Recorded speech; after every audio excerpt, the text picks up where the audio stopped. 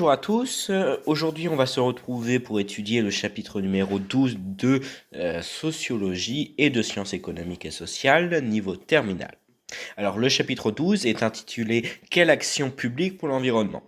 Pour étudier cette problématique, on verra donc en premier les questions environnementales comme problème public, puis on verra les échelles de l'action publique pour l'environnement, et enfin les principaux instruments des politiques climatiques. Je vous propose donc de commencer avec les questions environnementales comme problème public.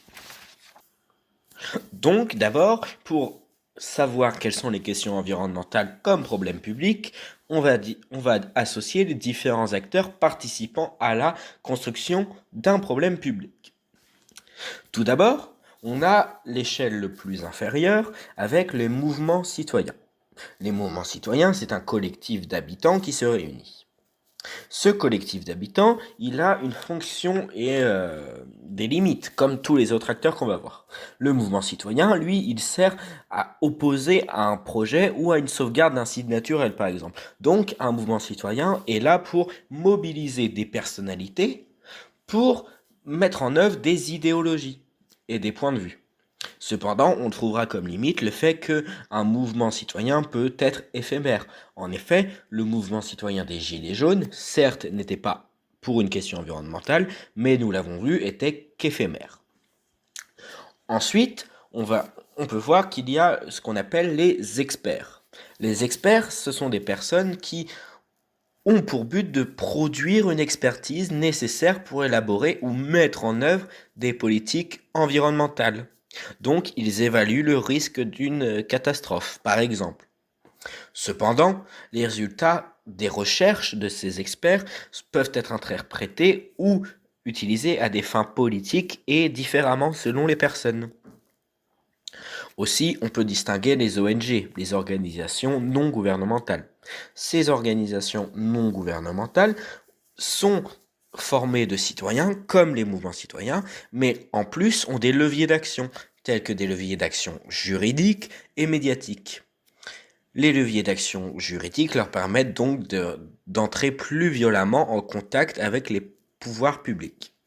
Cependant, les ONG dépendent de l'action et des subventions publiques, mais aussi des cotisations citoyennes. Aussi, les entreprises ont un impact réel sur le climat. Tout d'abord, elles peuvent être néfastes, mais aussi elles peuvent être moins néfastes, telles qu'en adoptant des technologies propres, donc en innovant par exemple. Ou alors, pour le règlement de l'écologie durable, il y a également à avoir une politique sociale des entreprises qui est importante, avec le respect des standards éthiques, notamment.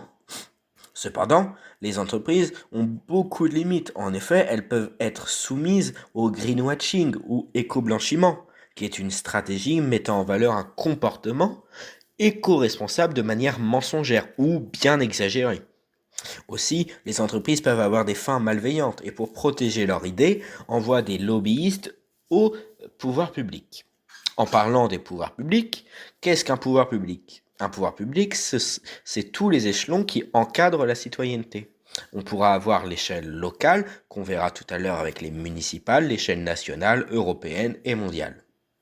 On verra donc, en France, le pouvoir public agrégé au climat, c'est par exemple le ministère de l'Environnement créé en 1971. Le ministère de l'Environnement est soumis à une part budgétaire très faible dans le budget de la France.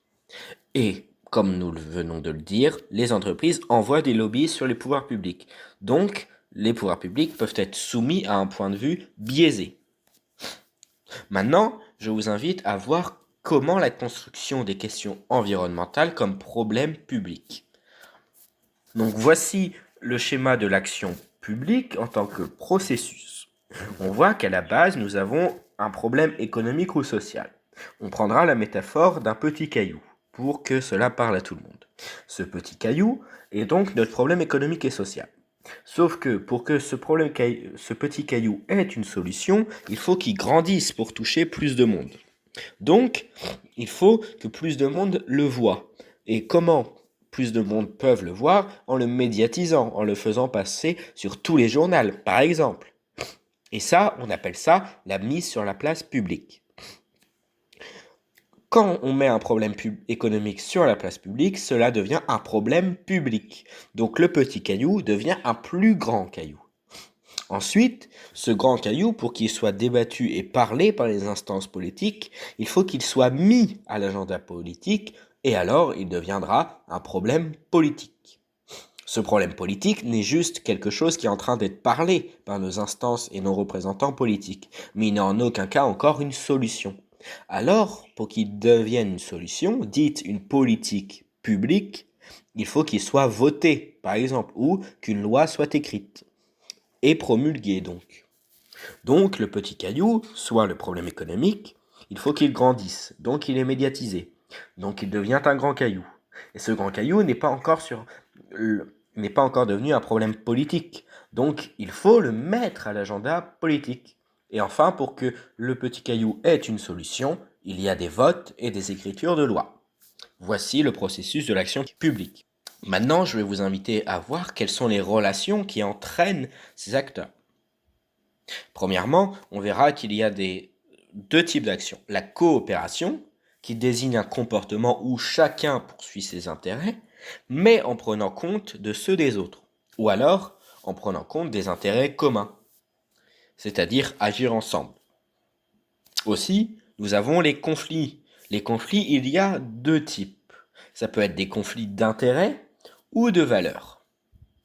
Aussi, les conflits peuvent toucher des personnes différentes. Si ce sont des conflits individuels, on dira que c'est un conflit interindividuel. Si le conflit touche des groupes sociaux, alors c'est un conflit social.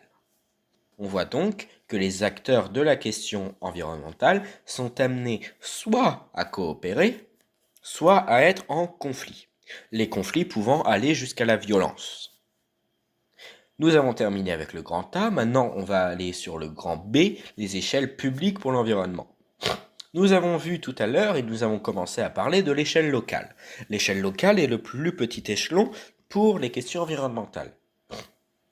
Nous voyons également qu'il y a l'échelle nationale, européenne et mondiale. On va donc s'intéresser à la plus grande échelle pour le moment, l'échelle mondiale. L'échelle mondiale, c'est l'action publique qui est en faveur de l'environnement et qui passe par l'élaboration de ratifications d'accords internationaux. Par exemple, les ratifications d'accords internationaux les plus connues sont les conférences des parties, ou les COP. Durant ces événements, tous les pays se rejoignent et se mettent d'accord sur des ratifications d'accords au niveau européen. L'action publique pour l'environnement passe notamment par la mise en place d'accords et de normes au niveau européen. Ces accords et ces normes au niveau européen donc, ont un petit échelon comparé au niveau mondial, mais touchent quand même 27 pays si on prend l'Union européenne.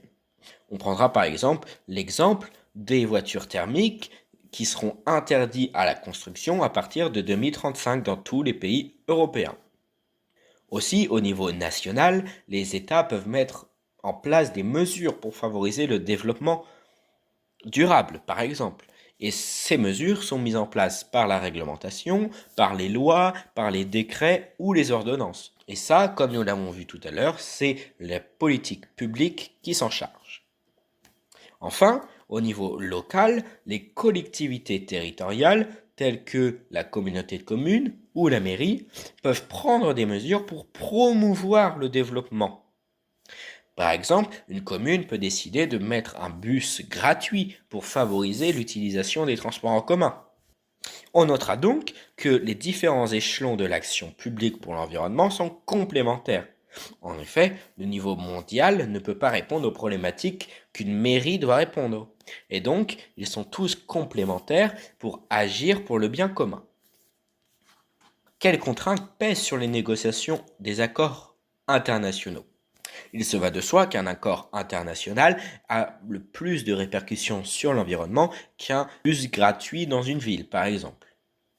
En effet, on distinguera deux problématiques pour les accords internationaux. Tout d'abord, il y a le paradoxe du passager clandestin. En effet, les pays peuvent décider de ne pas agir en faveur de l'environnement, donc de ne pas investir. Donc, ils gardent des fonds qui n'investissent pas dans l'écologie. tels que pour favoriser les innovations vertes. Ces pays qui n'investissent pas dans les innovations vertes, ils peuvent tout de même profiter de l'avantage des autres, de l'avantage d'un climat plus stable, parce que le climat stable, c'est un bien commun. Donc il y a rivalité, mais il n'y a pas exclusivité. En effet, on ne peut pas empêcher quelqu'un de vivre dans un climat stable.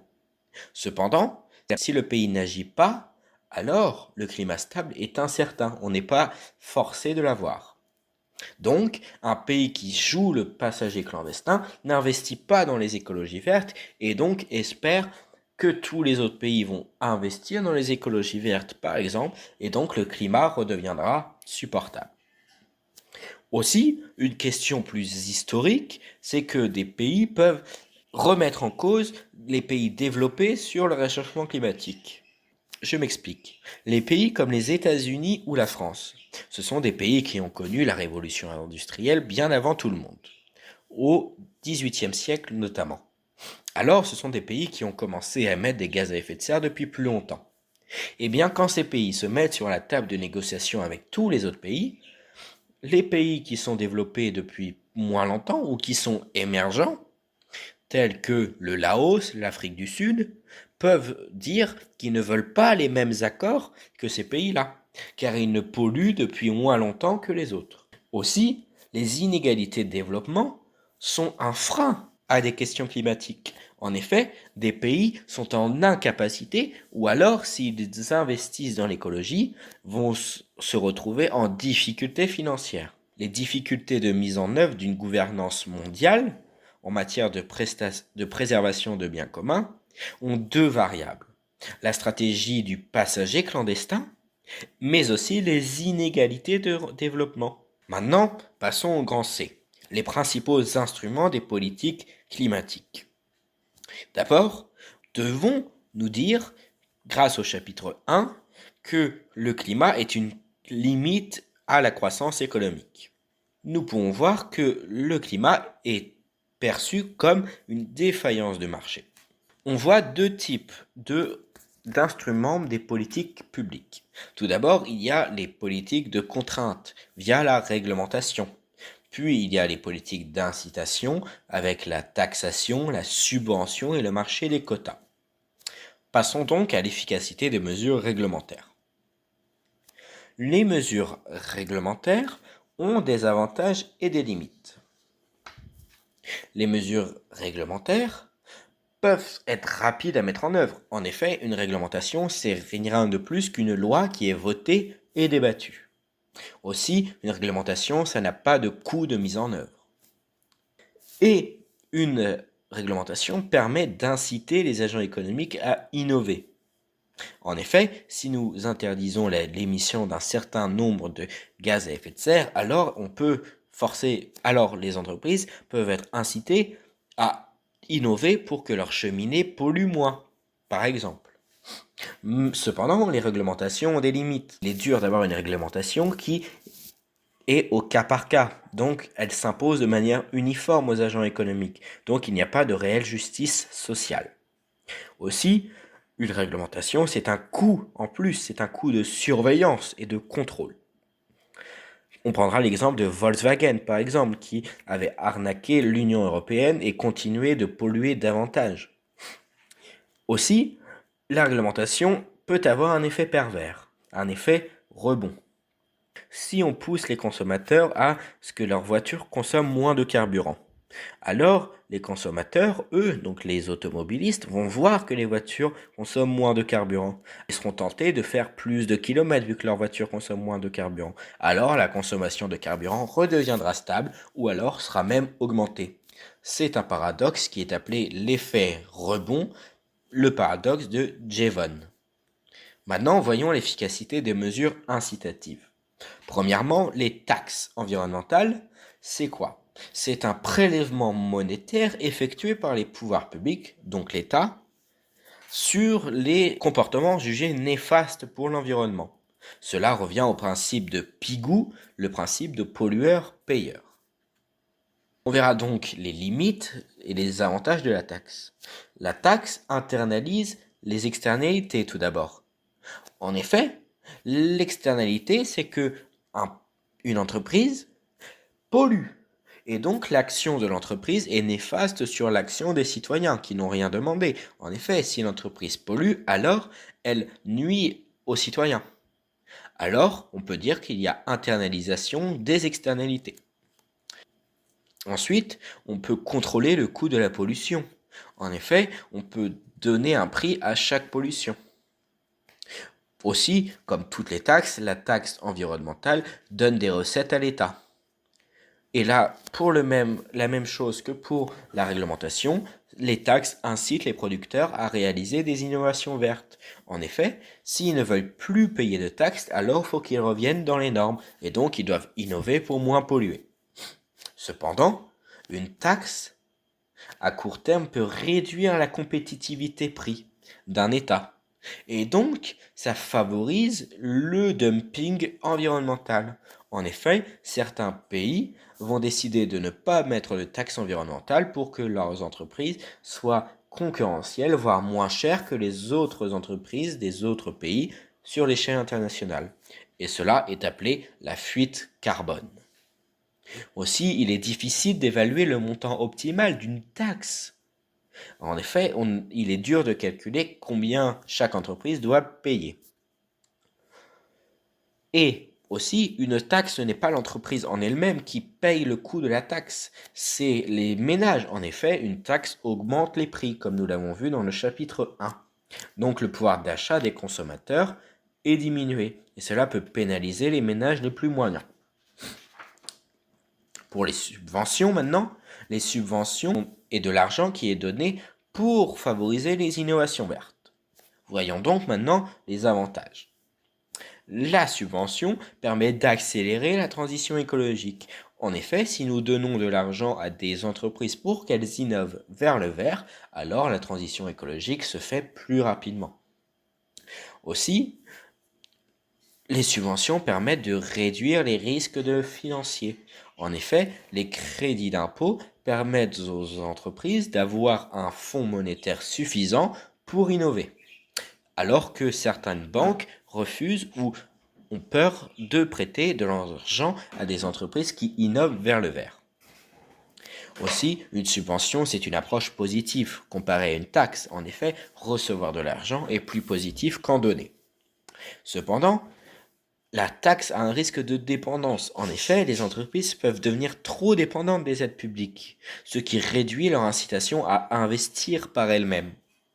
On prendra un exemple des agriculteurs qui commencent à devenir dépendants de la politique agricole commune, par exemple. On constatera également un effet d'aubaine. Certaines entreprises qui auraient tout à fait investi de toute manière, on voit leur impact d'investissement réduit grâce à ces subventions.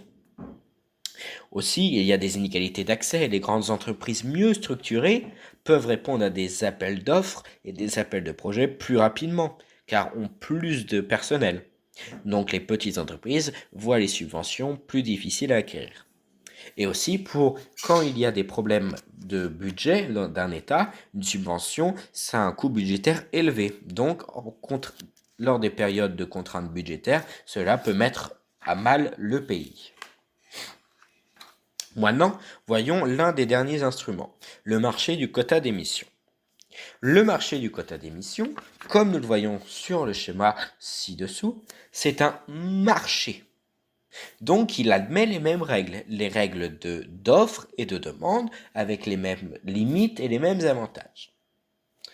Ce qu'il se passe, c'est que l'Union européenne a créé ce marché de carbone. Le marché des quotas de carbone, qu'est-ce que c'est? L'Union européenne décide d'allouer des quotas à chaque entreprise.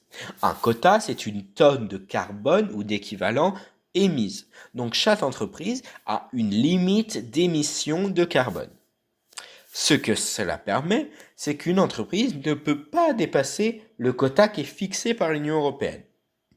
Cependant, ce qui est beau dans ce qui a été créé, c'est qu'il y a un marché. En effet, les entreprises qui n'ont pas utilisé tous leurs quotas, donc qui ont moins pollué, peuvent vendre leurs quotas sur ce marché. Et les entreprises qui veulent plus polluer ou qui ont déjà plus pollué vont acheter des quotas. On trouvera là encore des avantages et des défauts. En effet, les avantages sont tels que on peut contrôler le volume total des émissions de polluants.